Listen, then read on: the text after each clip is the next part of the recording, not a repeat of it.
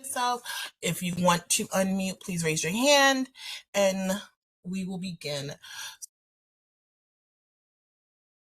So the first thing I like to do is kind of set the agenda, let everyone know this is what the agenda is. And then we do have a presentation from FDNY, which I'm truly excited about. Also with the Red Cross, who will also be presenting about the Get Alarm program. So I would like to do a roll call.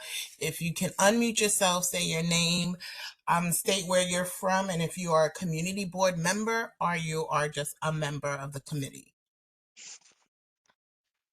Adele Bennett, committee member, East Flatbush, Brooklyn. Thank you. Monica McCain Brown, committee member. Thank you, Ms. Brown. Hazel Martinez, committee member. Thank you, Ms. Martinez. Disa Johnson, committee member, live in East Flatbush. Thank you, Ms. Johnson. Gabriel Herrera, committee member. Thank you, Mr. Herrera. George Tate, committee member. And thank you, Mr. Tate.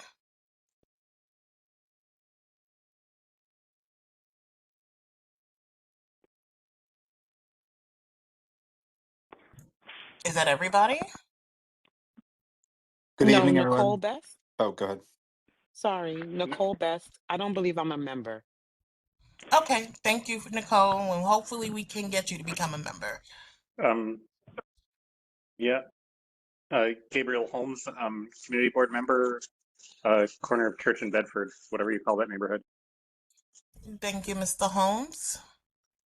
Kathy Lavelle, committee member. Thank you, Ms. Lavelle.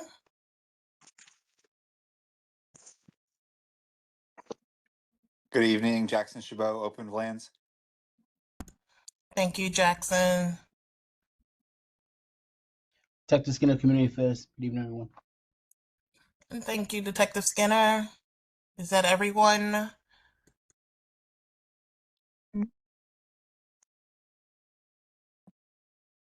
Everyone said their names, everyone going once, going twice. So what I would like to do is kind of set the objectives of what the objectives are for the Public Safety and Transportation Committee. We are here to advocate for matters concerning roadway maintenance and street repair, traffic control, transportation franchise, and public transportation. We also advocate for environmentally sound advancement in transportation, i.e. bike lanes, car changing stations. We advocate for matters concerning fire, police patrol, and related matters of public safety. We are responsible for matters concerning illegal parked cars, which with requisites and license plates. So for the chairperson's report, what I wanted to do is kind of give an overview of what happened in our last month's meeting and kind of go a little bit more into details because I also found out some things. In our last meeting, we had a discussion pertaining to a presentation from Mr. Jackson in regards to the daylighted intersection. In that, I went in to kind of figure out how many intersections do we really have in our district. And as of right now, we only have 3, and 3 that are actually complete, and then we have 2 that are actually in the project. And overall, there's only 34 daylight intersections that's actually taken place in our district. So as of, not in our district, in the whole of Brooklyn. So there's only 34 daylight intersections overall. Recently, we did have a shooting that took place where someone was a police shooting that took place that one of our members lost their lives. In that, we're still waiting for the police and the 911 calls report. There was a visual that was done pertaining to just more transparency and more of just honoring what had transpired inside of the residence where someone lost their life. So as we are working with both elected officials and also God's Battalion and also other CBOs that are working with the police department in regards to the release of the video footage and also the 911 call. There's nothing more that we can really talk about pertaining to that. And that is my chairperson's report. The thing pertaining to the approval of the meeting minutes, as of right now, we have maybe a few months of approval minutes that need to take place, and goes beyond me. This goes prior to when Mr. Osney Lewis was the actual chairperson. So right now, Miss Nadine is working on actually finding out the last time we had approval minutes actually approved. And hopefully in our December meeting, we will attach all of the approval minutes that probably may be, I want to say maybe 16 months or more of approval minutes that have not been approved that we as a committee need to approve. So what I would like to do is, before we go into more details, I would like to call this meeting into order. I totally forgot I didn't do that. Just to give you guys a heads up in regards to new proposed rules that are now taken into place and how they will impact us as a community board. The first one is the noise monitoring and construction sites. This plays a role for the actual construction that's taken place in the Remsen area, where the Con Ed is actually doing that building. In this noise monitoring construction site, it is saying that the Department of Environmental Protection is proposing to promulgate rules to amend 15 RCNY Chapter 28 GBY, requiring certain construction sites to use a noise monitor. This rule came into effect because over 20,000 complaints of loud construction took place over the years after hours last year. So any construction that will be taking place will now need to install a noise monitor. They are actually proposing this. It hasn't gone into actual effect.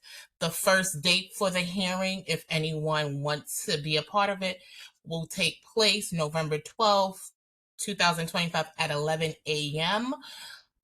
This will be in a virtual meeting where you can click the link on the Department of Environmental Protection, and you can then actually vocalize or put it into a chat or into one of the notes. Any questions pertaining to that? Okay. The next one is to do updates to adopt the highway program rules.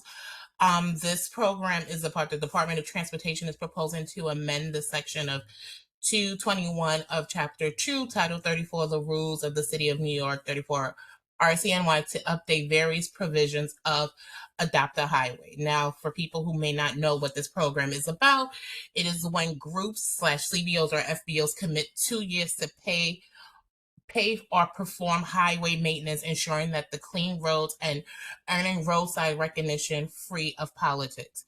This will now specify that sponsors and volunteers must now commit a minimum of 2 years. Before, it was 1 year, and for consistent highway cleaning.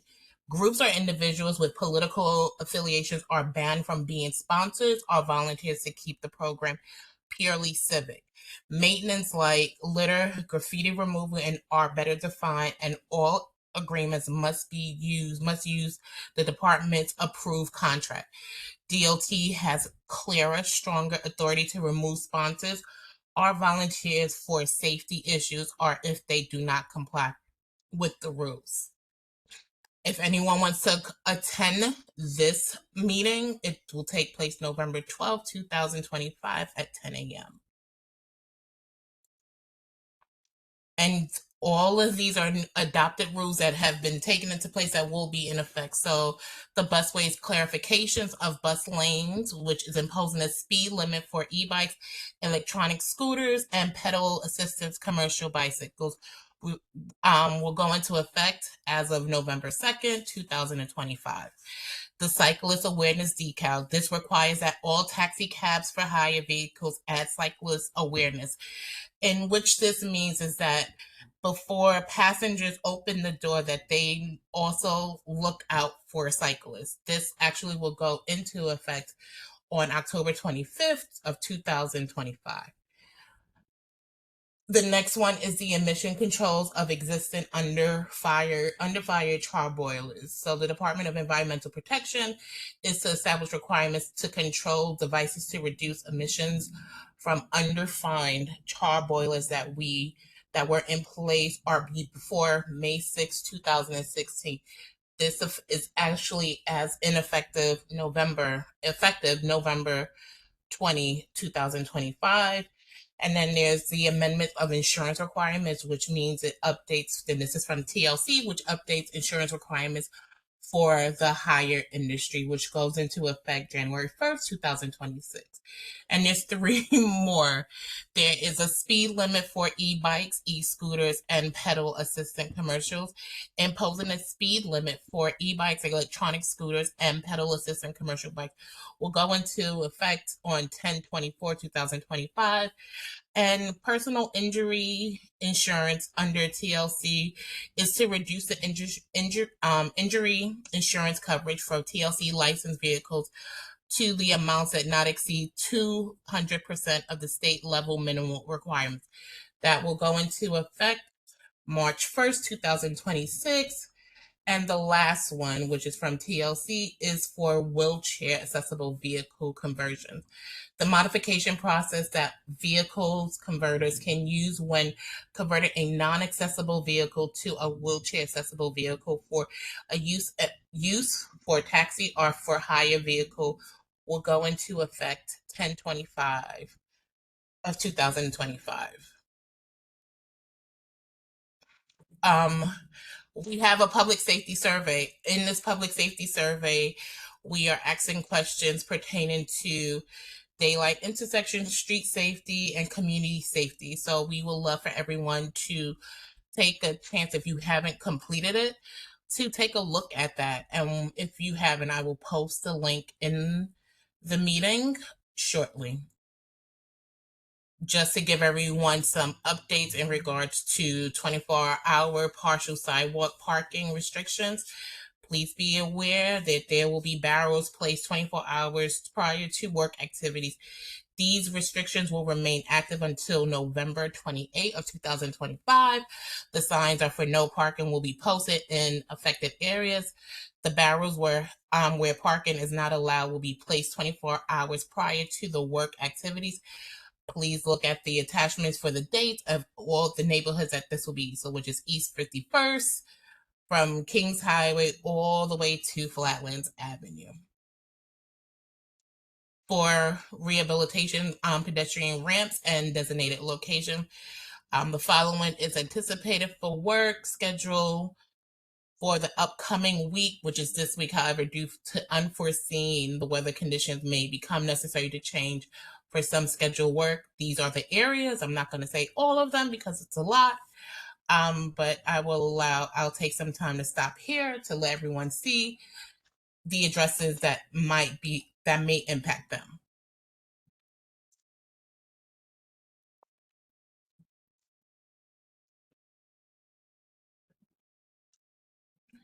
And then we're going to head it off and hand it over to public safety. And our first person will be Detective Skinner. Good evening, everyone. Detective Skinner, 6-7 Caprice and Community Affairs. Hope everyone's doing well. Have a short report for you guys tonight. Just knock some wood. Thank God that it's been steady. We haven't really seen an increase in some of the crimes that I said last from year to date that we actually saw increase in. So far year to date within the last 28 days, as we do it as NYPD jargon, that's like our month. What we saw an increase in robberies and grand larcenies, but that's a multitude of things. The robberies are like what we're seeing is like delivery. Some of the delivery men are getting robbed. Some of the robberies are also domestic related, as far as boyfriend, girlfriend, husband, wife, etc. And what we're also seeing with that is, we're seeing with the robberies, with the sometimes come with the grand larcenies as well. And what we're seeing with the grand larcenies is also with the delivery men, um, who's like the Uber Eats drivers who's on those scooters and those e-bikes and stuff like that. Sometimes after they do a delivery, they'll park their bike, they'll run into the building real quick, and they come out and it's gone. So um, what we've been seeing was that it's not just one particular area; it's different locations throughout the precinct. So what Officer Pummins and myself had did was we went out to some of these locations, and he did like a security survey for some of these restaurants, as far as like for them to put like if they're interested, as far as like extra cameras, put up some pamphlets. Actually spoke to some of the these delivery drivers to make them aware of what's going on as far as like when they're coming out of some of these locations, be careful.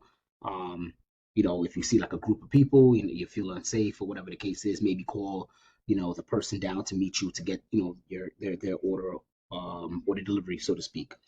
As far as the felony assaults, it actually went down. Felony assault around this time last year we had 19. This year we have 9. So it went down with that. As far as I know one of the biggest topics last meeting was the topic of moving violations and quality of life summonses. And I just wanted you guys to know for the month, the precinct alone has issued over 700 moving violation summonses. For quality of life summonses that come with C summonses and oaths, they issued over 150 summonses. And for A summonses, which I know a lot of people, that's another topic as far as like alternate side of the street parking, commercial vehicle, bus stop, sidewalk, pedestrian ramps, like what we consider hazardous parking summonses, we've issued over 400. So, I'm not saying this just as a number, so to speak. I'm saying this because the work is being done, and it's not about just issuing the summons. It's how do we change the people's mind frames from continuing to still do the violations that they do, or the traffic infraction, so to speak. I had a conversation with our highway safety officers about the intersection over there on Ralph and Clarendon, and I spoke to them, and they actually was in conversation with DOT as far as putting back up more signage over there, and as far as putting up the barrier. When I asked them what the DOT said, they're going back and forth. They said DOT pretty much didn't find it feasible to put back up those white plastic barriers that was up there before, because people ran over them, and after when they repaved the road, they didn't find like it was feasible. So they were going back and forth. Our traffic guys, was like, hey, we it's a intersection over there that we feel that it needs that because it's hazardous. So they're back and forth with that. They did their field reports, but again, DOT has the final say. Because one of our traffic guys also spoke to someone down there and said, maybe you guys should come out and do a survey to actually see how the traffic flows in that area, because that intersection is not just, one direction. It's so many different direction cars are going that they should come out and do a survey. So I don't know. I'll let you guys know if DOT agrees upon that. And as far as like where they're doing the enforcement, just to let you guys know, it is the hazardous areas such as like Ralph Avenue, such as Utica, Clarendon, Ditmas Corridor, Canarsie Road, what we consider our hazardous locations. Just want to also reiterate too, as far as I know, vehicles are also a big concern or topic for the month of October. Well, the 28th day. I ran it today to see what we towed for the month, and we towed 185 vehicles for the month. So I just want you guys to know that the work is still continuing to be done. We're not going to stop. We'll always try to do our part, as well as, as we can get some help from our other agencies as well. That would always help, what the best interest of the neighborhood would be. I know one topic that's been going around is the police involved shooting that took place Unfortunately, right now we can't speak about it because the legality aspects of it, as far as the DA's office and stuff like that, as far as being cleared, and as far as the DA's office and the attorney general, looking and clearing whatever they need to clear or look into whatever before these things are released. I know sometimes these things are released right away, and sometimes they're not. But when they're released right away, it's usually, the DA giving the okay right away or the attorney general giving the okay right away. I know, it may seem um, why can't it be released now? I know everybody, wants the transparency on at 100%. But I just want to let you guys know that, it's not that it's not going to be released. It just has to get cleared first. It's a process that takes place. Like I said, unfortunately, it's a tragedy that happened, in the neighborhood on both parts.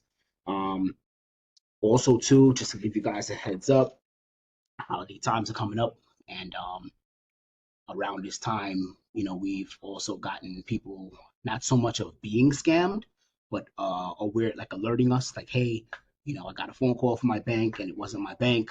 I called my bank. My bank said, that was somebody else.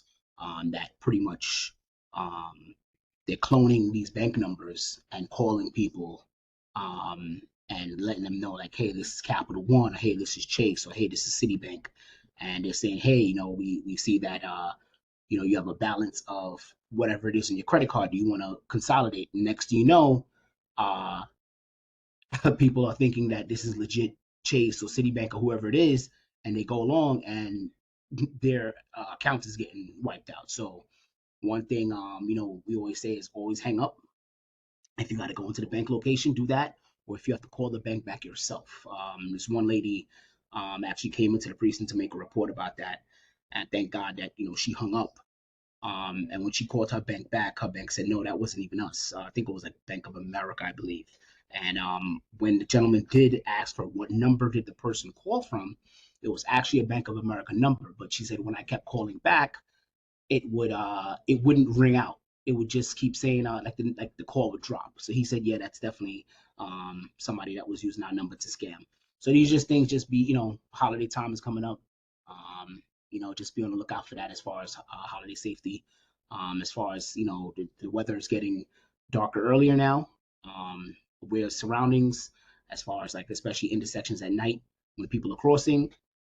Just try to be vigilant, because at nighttime, you're driving, people have dark color clothing on, you may not see, inside of a vehicle. Many of us know that drive at nighttime, it's completely different to what you see in the day. So that's all I have on my report. I don't have anything major. Thank God that, we don't have anything else to increase as report as far as anything increasing.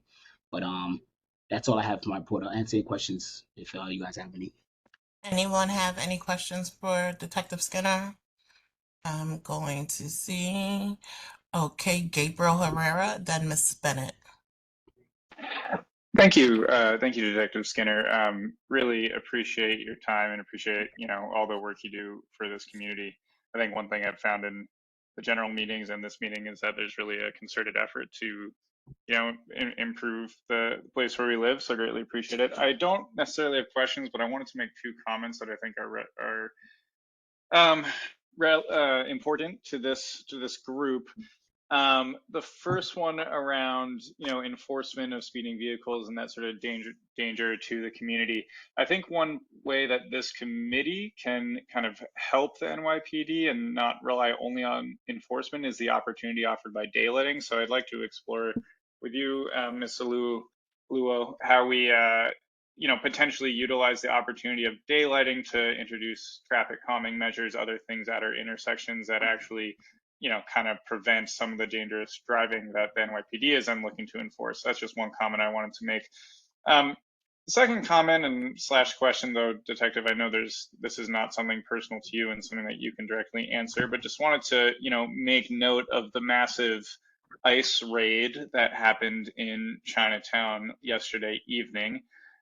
There's now calls from a lot of from the public advocate, Jamani Williams, from Brad Lander, from a lot of other elected officials to ensure that NYPD is not acting in concert with ICE. And I know you guys don't cooperate with them, but I think we're seeing increasing illegal federal activity.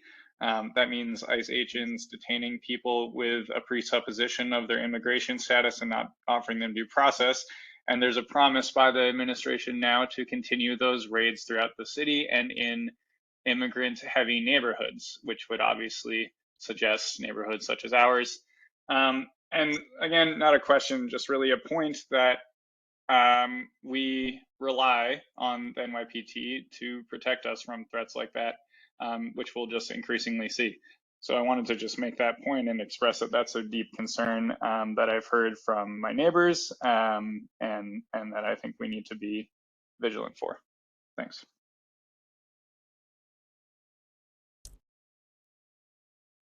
Detective Skinner, do you have anything to say pertaining to the recent ICE raids and how this, if something like that was to happen in our district, what would happen? Honestly, that's something I can't even speak on because a lot of times, if the federal or another agency has whatever operation they're doing, sometimes they wouldn't even tell us. So that's something that we may or may not know. But I know one thing that was going on, was floating around was the fact that NYPD is working in conjunction with it, and we don't work in conjunction. I know I explained. I don't think it was this forum, but somebody had asked me several months back the reason why when people get arrested down at the federal courts. I'm sorry, was it the federal courts when they were trying to remove prisoners? Protesters were getting arrested, and they were saying that oh, we're working with them. It's not that we're working with them. The thing was the fact that they were transporting prisoners, so the protesters were obstructing the cars from going. So regardless of the fact of we're not working with them, it's the fact that okay, they're doing their job. Now you're obstructing them from doing their job. So that's the reason why the protesters were arrested for obstructing. It has nothing to do with as far as us working with them. But yeah, NYPD doesn't. We don't work with like federal agencies like that. And honestly, with something like that, since I've been working with the NYPD, a lot of times like they would do operate like federal, like other agencies would do operations that we wouldn't even know. Would you have any safety tips for our constituents if they were to attend a protest? Like, what are some things that they should know in regards to if they are confronted by ICE? What are some of their rights? Well, like any protest, obviously you have your First Amendment, your freedom of speech, but as far as where it borderlines is when that's when it starts getting violent and stuff like that. So, for example, let's say for they just like anything else, officer asking for your ID or whatever the case is, and you're able to provide your ID, you can. If you say hey, I don't feel comfortable with that, and they and again, it's a multitude of things because they or whatever the asking authority is, may have a warrant for this person's arrest, but they just asking this person to see if they're going to be willing to give he or she, whoever is asking, their name.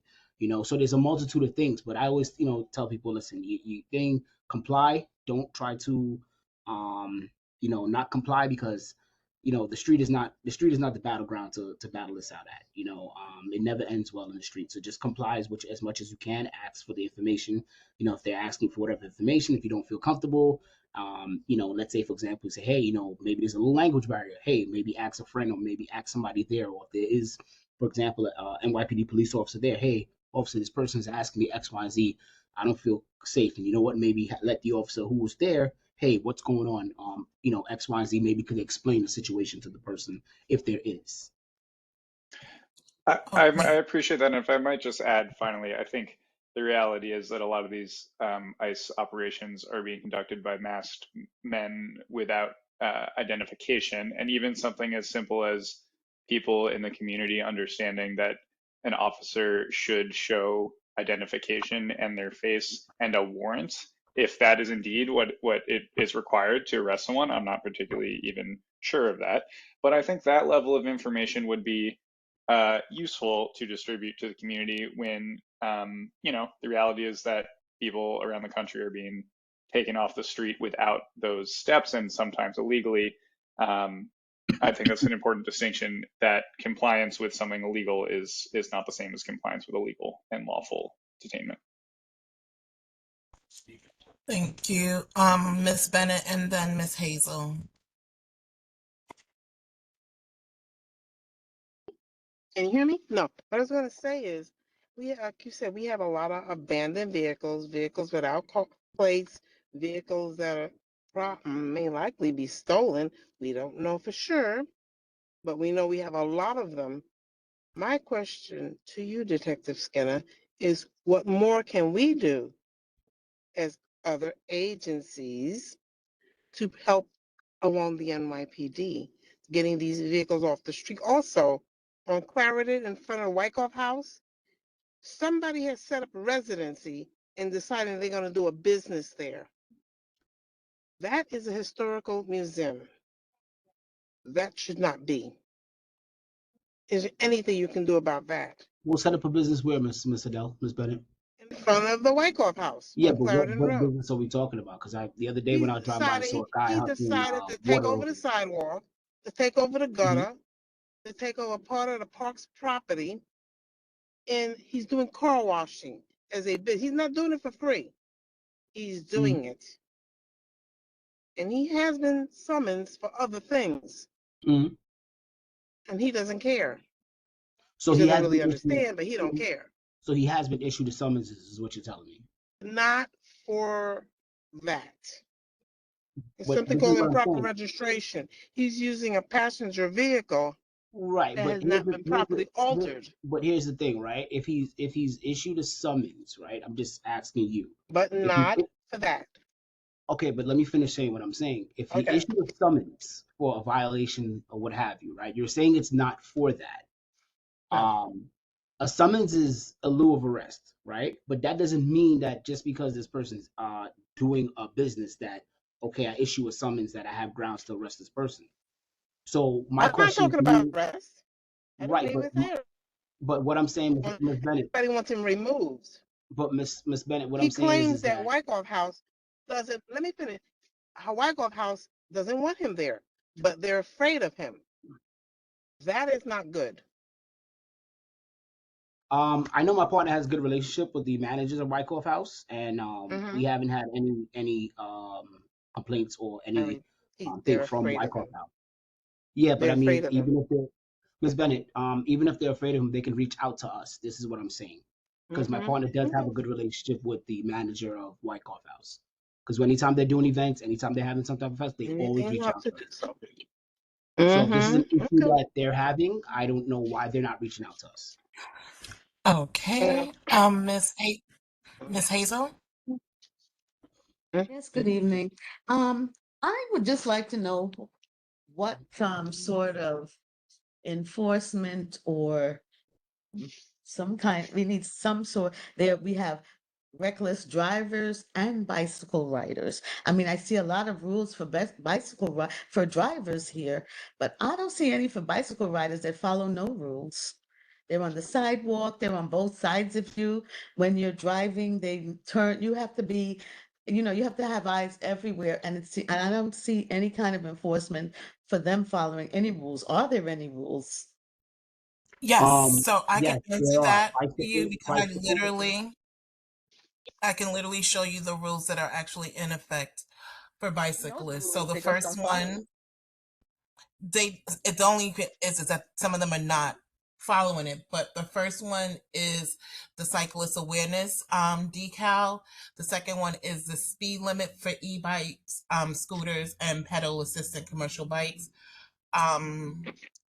Those are the two that I know of that are being adopted and will go into effect starting 10/24 of this year. Yeah, but I understand that, but what about the regular bicycles, the people on city bikes? I mean, they're just a free for all out there. They can do whatever they want to. So, Ms. Martinez, out of those summonses I told you, over the 700 movement violations that was issued, that includes bicycles, e-scooters, e-bikes as well. That's all listed under there, because even if you're riding a bicycle, you're supposed to follow the same rules and compliance as if you're operating a motor vehicle. You're supposed to stop at stop signs. You're supposed to stop at red lights. You're supposed to obey traffic, et cetera, et cetera. So out of those, over 700 substances, like I said, it was 769 they issued for that month. Those also include bicyclists as well, because when you're operating a bicycle, it's they look at it as you're operating a motor vehicle, so to speak.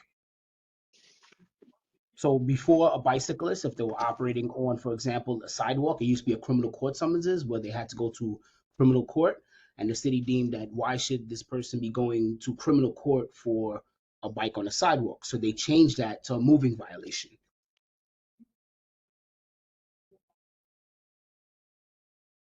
But very few people follow any of that.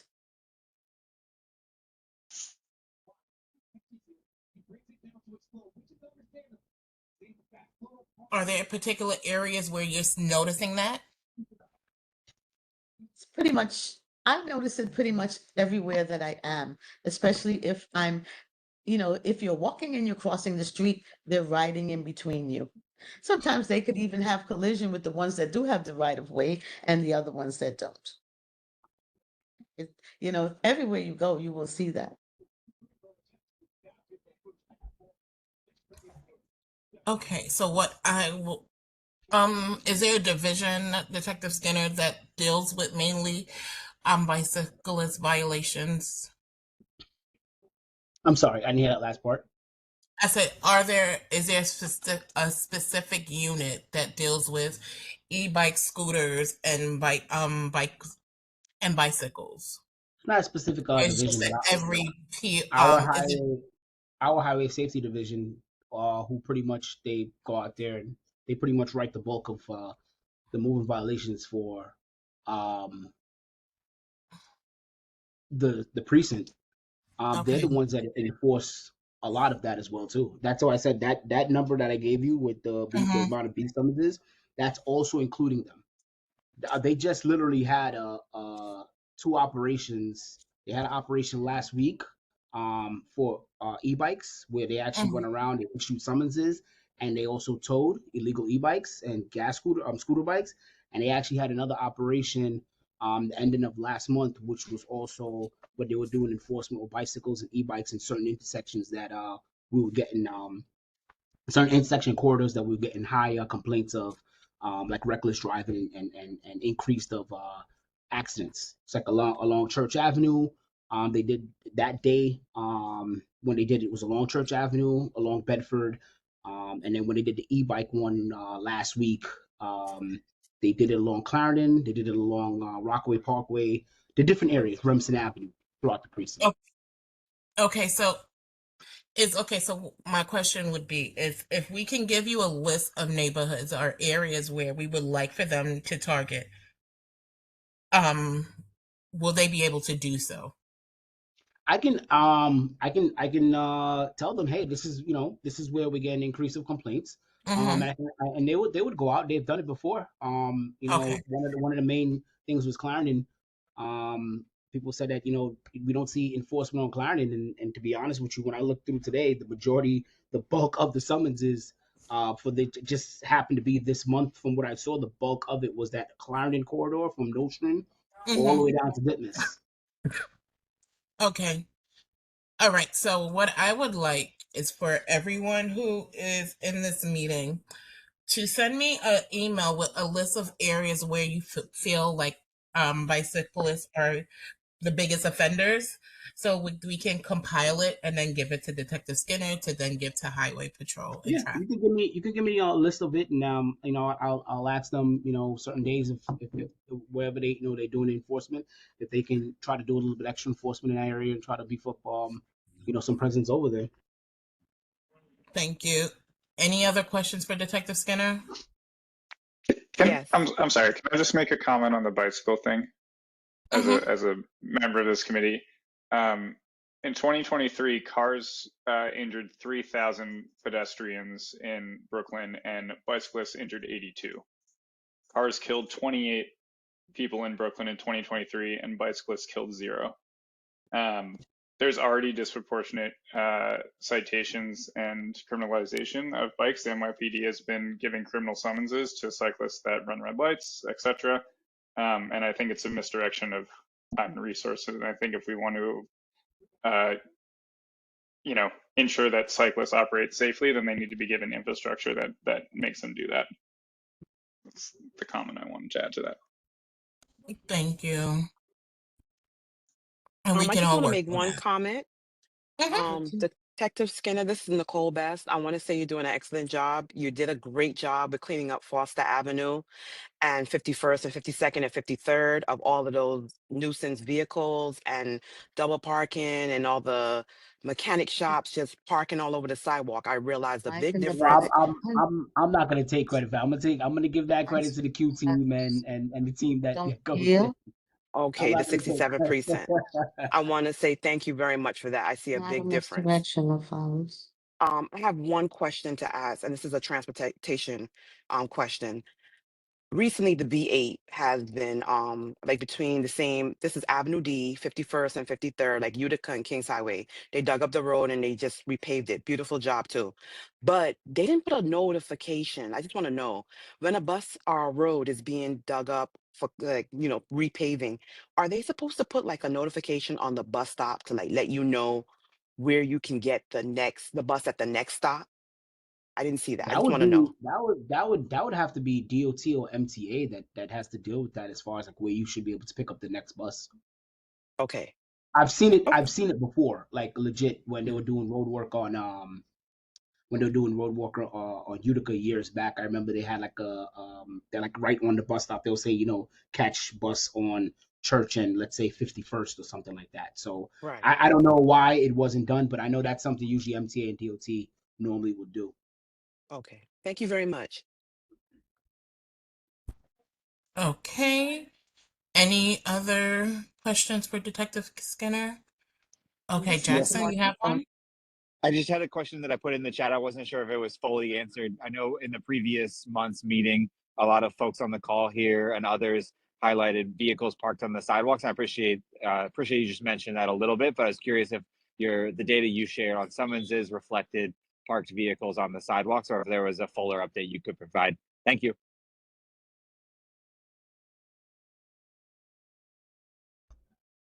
Yes, also too, it has reflected that, like the summonses, like we do, for example, the parking summonses.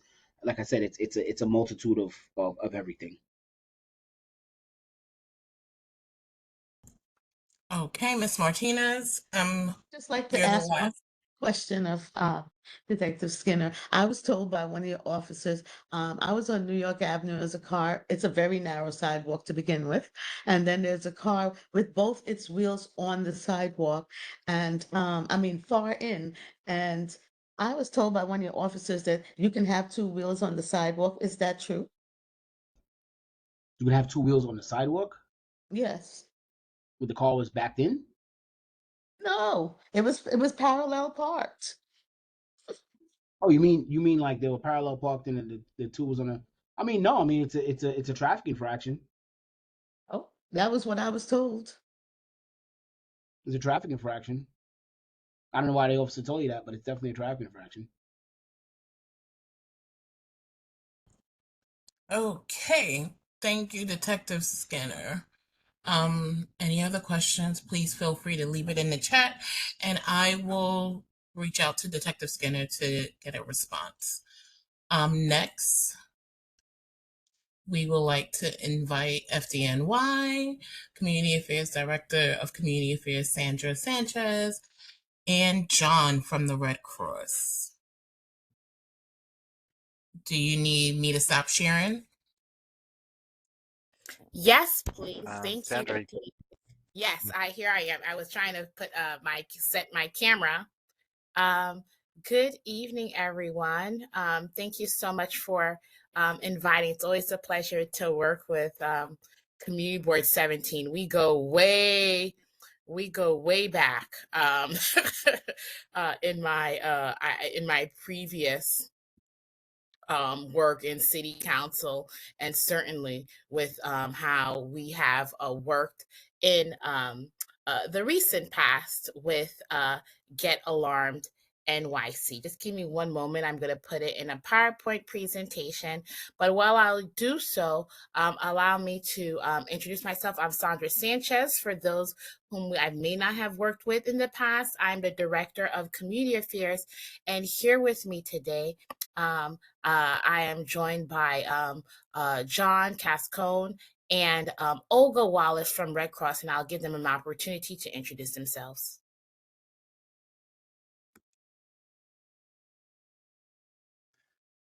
Good evening, everyone. My name is John Cascone. I'm the Deputy Disaster Officer for the American Red Cross in Greater New York.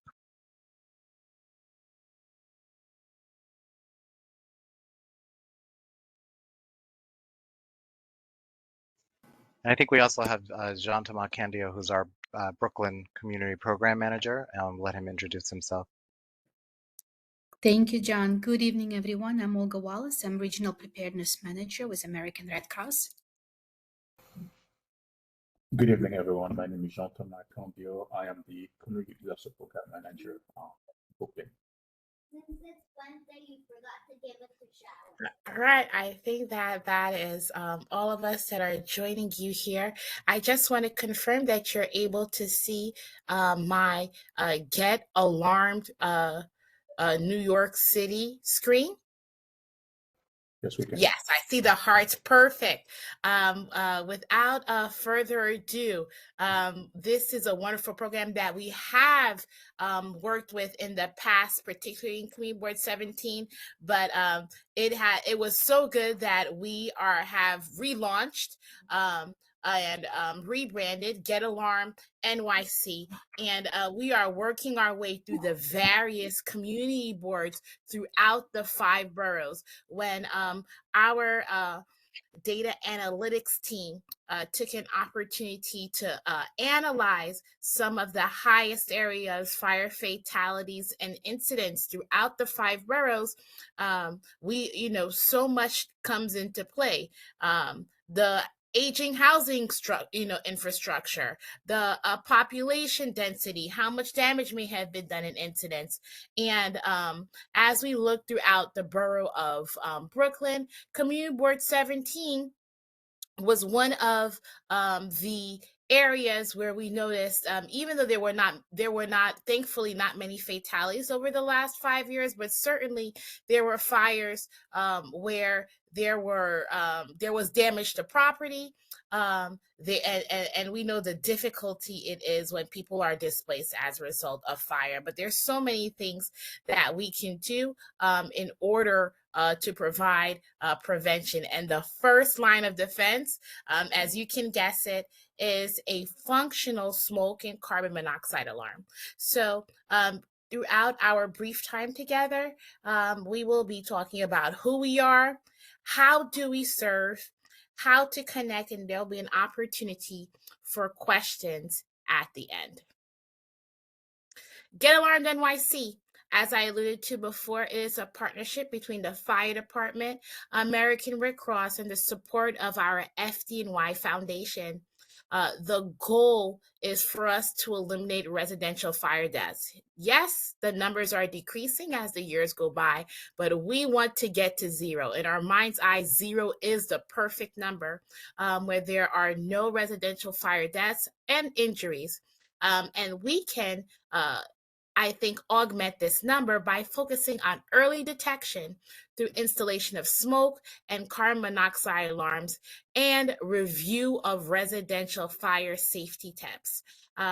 Education is truly the first line of defense. I tell everyone I've worked in the fire department for several years, but every time I sit at a fire safety presentation, I become more mindful of the very practices that I partake in that are not necessarily safe. Through the hustle and bustle of getting ready, trying to get out of the house quickly, sometimes one forgets, leaves appliances plugged in.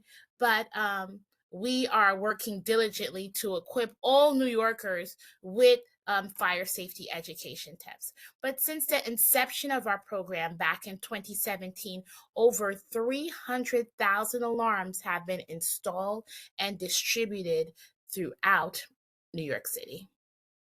That is no small feat. The risk of dying in a house fire is cut about 60% when a working smoke alarms are present, according to the National Protection Association. I know how excited I get when I'm shopping and I see an item says 60% off. That is not a small number. Could you imagine the difference that it makes in being able to notify your family members, to notify loved ones that it's time to enact your fire plan, that you have practice to make sure that you get out of your home safely.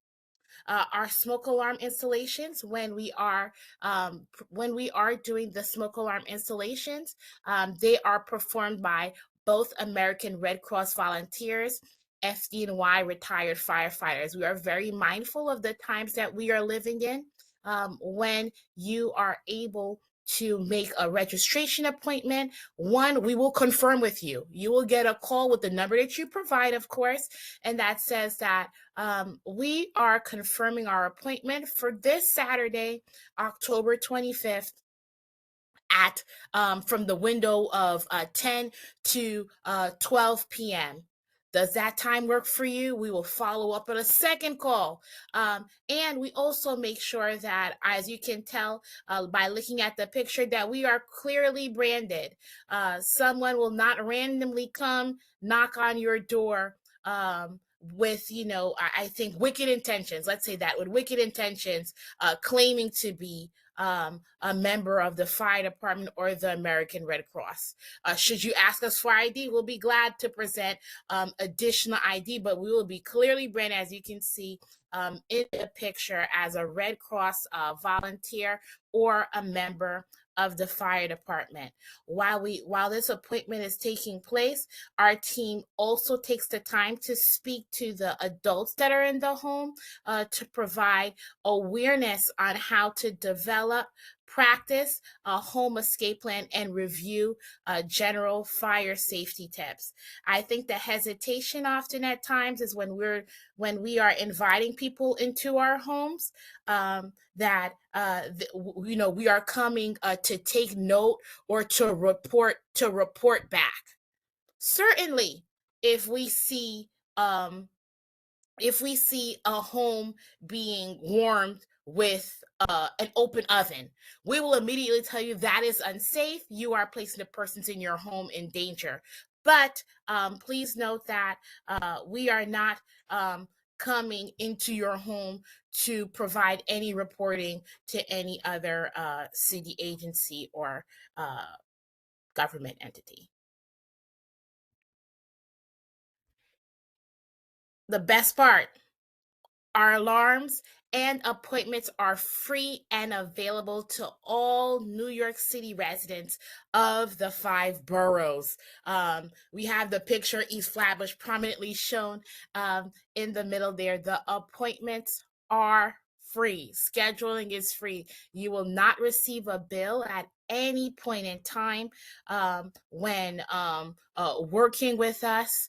What you will receive is a wonderful presentation interaction with a member from with the American Red Cross or the fire department, equipping you with fire safety tips that not only you can use for yourself and your own home, but hopefully the goal is that you share it with others. It's hard to keep good things to yourself, and we hope that alarms and the ease it is to set up appointments in a timely manner and get them installed is I think it's information that you will share with your neighbors. We are excited again to be in Community Board 17, but as I move on to the next slide, we have homework. We have homework for you because we cannot keep this good news to ourselves, and we want to make sure that every home within Community Board 17 that is in need of a working smoke detector and carbon monoxide alarm receives one. They will not only receive one, they will have one that is properly installed, and in addition, a bite-sized fire safety education presentation. So with that, the homework is we want to partner with you. We know that we were recently at your wonderful event. Was that October of I want to say it was October 11th. Within the community, but we want to find within this month, the month of November, particularly November 14th, we would love to have our what we consider a mega campaign in which we are in the area. We will be in the neighborhood, in the various neighborhoods of East Flatbush. As I see some of the names of the participants, we've been to your homes. Share it with a neighbor so that we are coming back again, and we'd love to make sure that all New Yorkers are safe and prepared with their first line of defense, which is a working carbon monoxide and smoke detector. So we're looking for various ways to partner with you: houses of worship, school fairs, places where we know that there will be high visibility, that will help us to promote this program and yield the alarm so that we can install on Saturday, November 15th. But please note, even if we have abundance, it doesn't mean that we will only be within the area on November 15th, but we hope to be in the area in the upcoming weeks to make sure that as many as the homes that sign up, they get these alarms. So here on your screen, you can see how to connect with the fire department. You can find a plethora of fire safety education information at www.fdnysmart.org.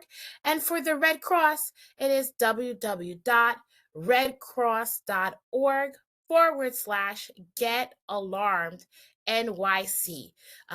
If that's too big of a word, I implore you right now, I will leave it on the screen as I take questions, that you can scan the code and see how simple it is to sign up for an alarm. Before we open up for questions, I invite my Red Cross partners, if there is anything that they would like to add, to please do so.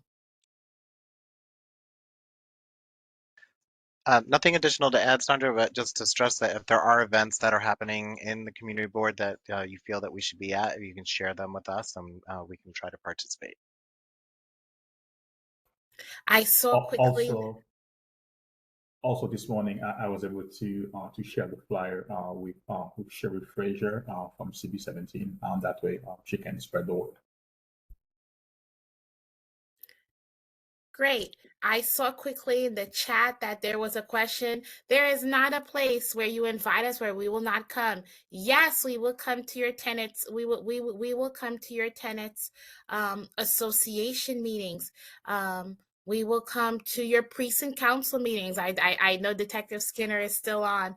I also knowing, particularly if you are in residential buildings, please reach out to me. I will place my email in the chat, because we will figure out a way to have like a pre-sign up so we can know what tenants are interested, and that on the day when we are doing mega installations in the area, we are able to easily maneuver and target the tenants that are willing. And again, we'll provide some wiggle room, because what we do know is that as we could have the sign up sheet on for 2 weeks, but certainly the day of, someone's going to say, I didn't know, but my neighbor said you were here. Yes, we will be able to oblige. Even if we cannot take the appointment the same day, you will still be able to sign up and get your alarms. Thank you so much. Olga, I see your hand is up. Good evening, everyone. One more time. I just wanted to add, thank you so much. This is such a great information, I hope, for everybody. But I just wanted to add that we also have alarms, which we call bed shakers, for the people that might be hard of hearing. So if anybody needs them, we will provide them for the clients. And we also have strobe alarms that also available for anybody who might need them. So just wanted to add that. Thank you so much. Thank you, Olga. Okay. Miss Martinez, Miss Hazel Martinez, I see your hand is up. Hi, Sandra. How are you? Uh, I want to ask, if you live in an apartment building, do you have to get permission from the landlord, or can you just go ahead and have this done?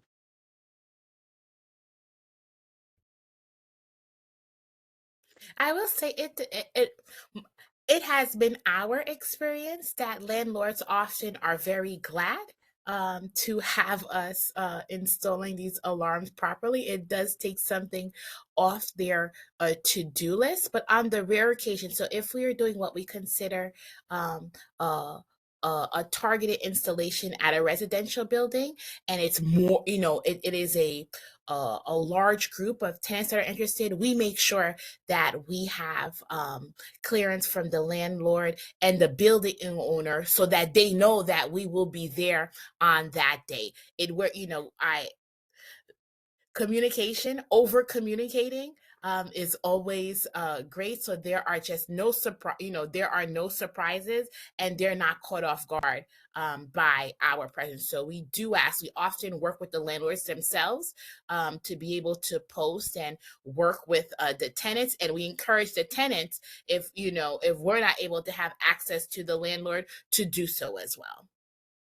So that's the 15th, November 15th. We would like to have the goal is to have a mega installation on the 15th, but we want to be the community leading up to the 15th.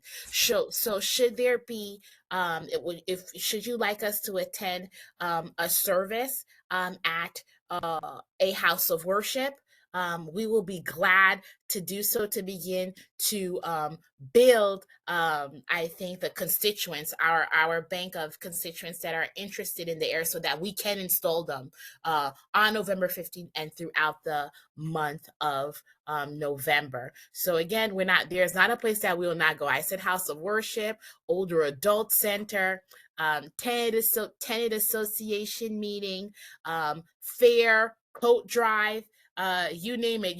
I believe they call it trunk or treats now. Your trunk or treats, where there will be a large congregation of people that that may be in need of a functional alarm.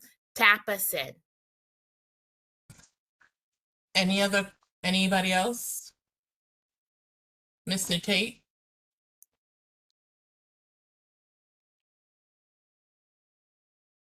Mr. Tate? Yes, George? sorry, had a problem unmuting myself. Hello, Miss Sanchez. Nice seeing you. How are you? Well, thank you. Yes, my question is basically, is there a limit as to how many alarms will be installed in house? For instance, will there be, like I know in the past we did that, and they place them in the different rooms. Is that the same thing happening now? Correct. We will provide as many as you need. So certainly the number would differ if you are in a one-bedroom studio than if you're in a private home. Okay. Thank you.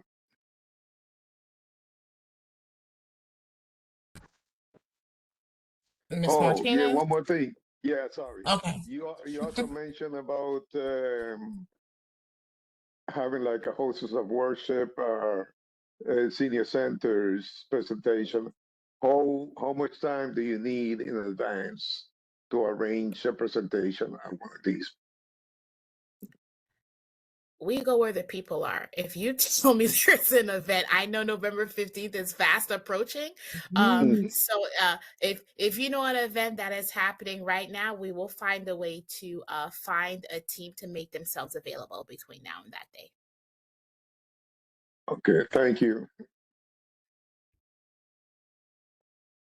And for those who may have called in, allow me to say this out loud. My email is my name. So it's sandra.sanchez@fdny.nyc.gov. Again, that is sandra.sanchez@fdny.nyc.gov. And I will place that in the chat. Miss Martinez, I see you had your hand up again. I have one more question, Sandra. If you had them installed earlier on before COVID, should they be replaced now? The alarms are good for 10 years. But again, sometimes there may be one or two that have, that do not live up to the 10-year life. So we are able to replace them if that is the case.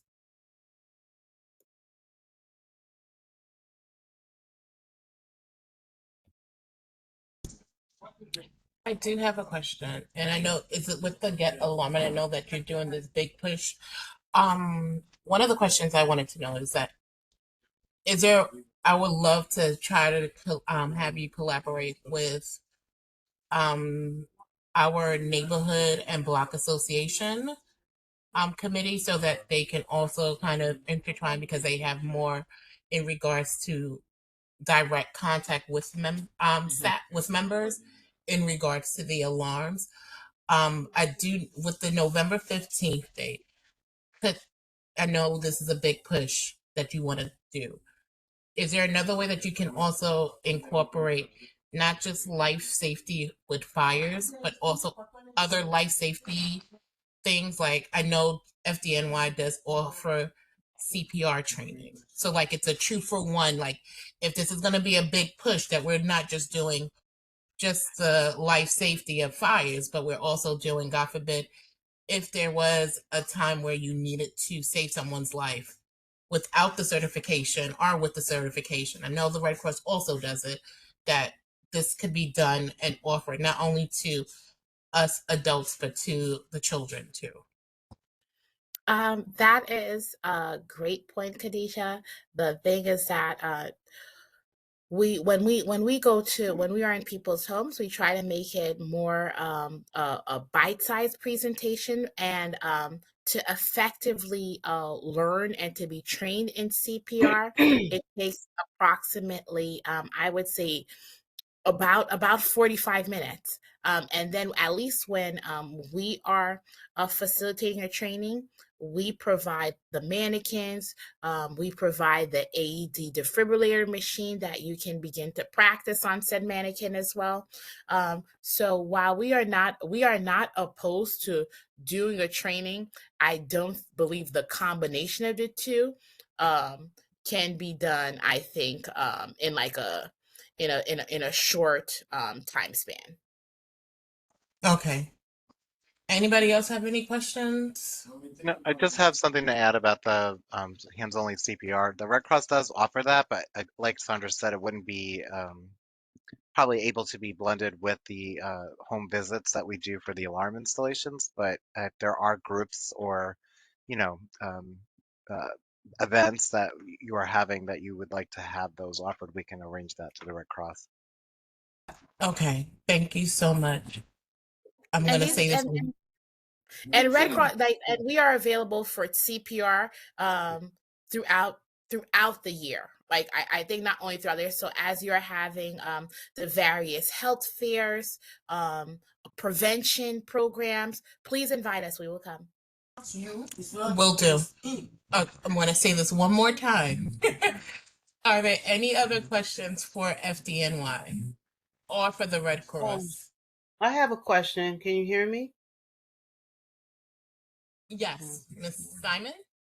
Yeah, thank you so much. So, my question is, when the people come to install the alarm systems, and I've had it done before, and mine probably works for the most part, do they do like a general scope of not so much violations, but things that would contribute to, in my case, possibly what do you call that? Mm, what is that? Is the fume thing, the thing that has like you can't smell it. Carbon It's monoxide. yeah, right. So So near we yeah, because near my chimney closing downstairs part, I've heard that the people came in and they kind of put some kind of clay on it saying, this is dangerous, it should be sealed, and now it's opened back up. But my carbon monoxide thingy has not gone off. So I'm wondering, is that broke, or is what they're saying to me a false? And so my question is, when the people come to install, if they see something like that, would they say that needs to be sealed, or this will contribute to, you need to check that? If a member of the FDNY feels that incident, they would tell you. They would certainly tell you, and it's very. I would recommend that you test. You can test your smoke alarm. I'm not sure which brand, but most of them are the same by holding down the button to make sure that it chirps in the light, that to make sure it is fully functional and working. The carbon Near. monoxide thingy works the same way, because it's kind of like near the boiler room, so I think it would go off. Mm-hmm. But sometimes I'm afraid when I press it, it won't stop. So okay, I thank you.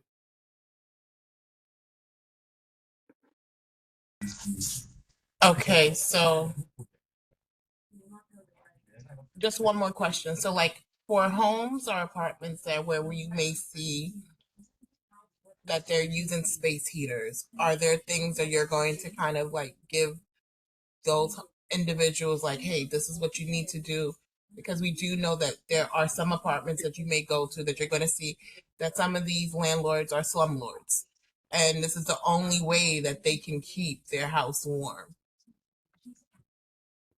Yes, we do give we give general fire safety tips. We understand New York City gets cold. We're still in the pleasant part of fall, but there are even parts of fall that it's chilling. It's chilling weather, and we understand the need of persons in their home wanting to be warm and to be comfortable. So we do give general tips. Making sure that the resident is always inspecting their space heater to make sure that the wires are not frayed. If the wire is frayed, you have to throw it away. No matter, sometimes I think appliances get treated like heirlooms. Like, oh, this was passed down. This was passed down to me. The example I often like to use is that of the kerosene heaters. You can not purchase a kerosene heater in New York City anymore because they're illegal, and because of the the high level burns that they would provide if they were to fall over, if they were to break on and make contact with skin or other objects within the home. So we will provide those tips, and in practicality, we can't, we will not, we'll make sure to say that, make sure that it's not operational. If you are not in the room, that appliance should not be running 24/7. So we are practical in the tips that we provide to New Yorkers. Okay, thank you so much. I don't think there's any other questions. Thank you, and this is not going to be the last that we will be working with you. So thank you to everyone from FDNY and from the Red Cross. Thank you. Our pleasure.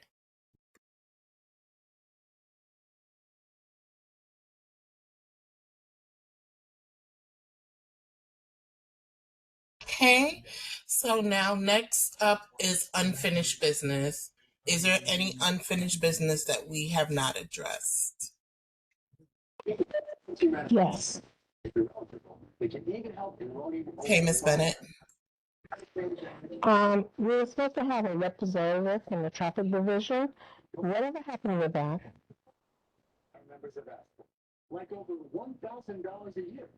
We've been trying to get them to come back to participate in our meetings. I'm working closely not only with Detective Skinner, but also working with intra-governmental in regards to getting someone from the traffic department to participate. I don't know why it seems to be a holdup for them to want to participate, but I'm working on it. I want to cross my fingers and say for December that we may get them in here.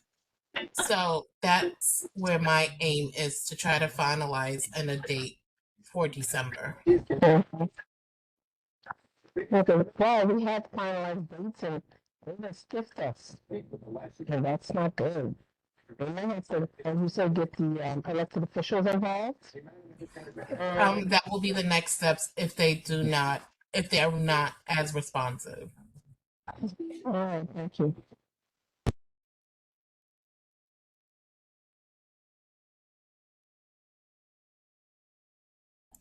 Any other unfinished business?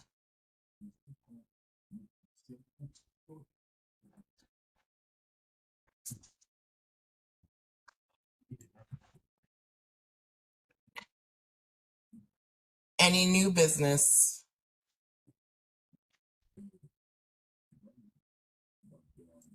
Madam Chair?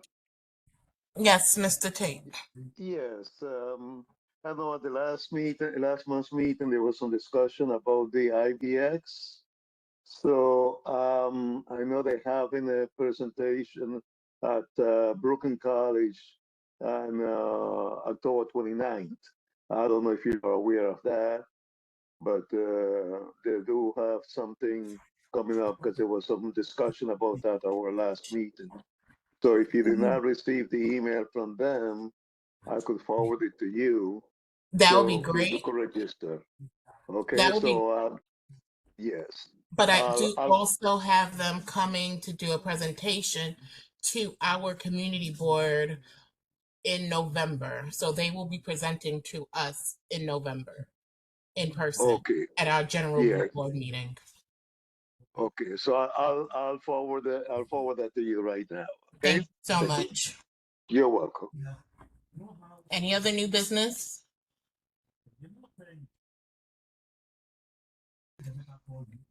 If not, can I get a motion to adjourn?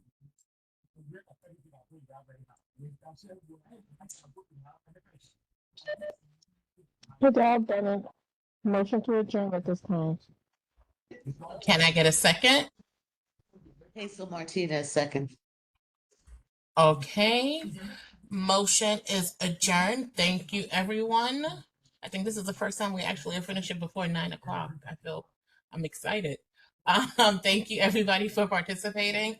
And I will see you next month for our meeting. And I'll see most of you guys, hopefully, God willing, at our next general board meeting. Enjoy the rest of your night. Good night. Good night. Good night. Thank you. Thank you to everyone. Get home safe if you're not home yet. And Miss Nadine, you can stop recording. Thank you. Thank you, Miss Bennett.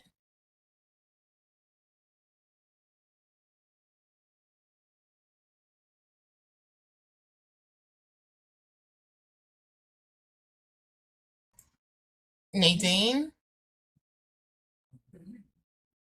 Miss Nadine, you can stop recording.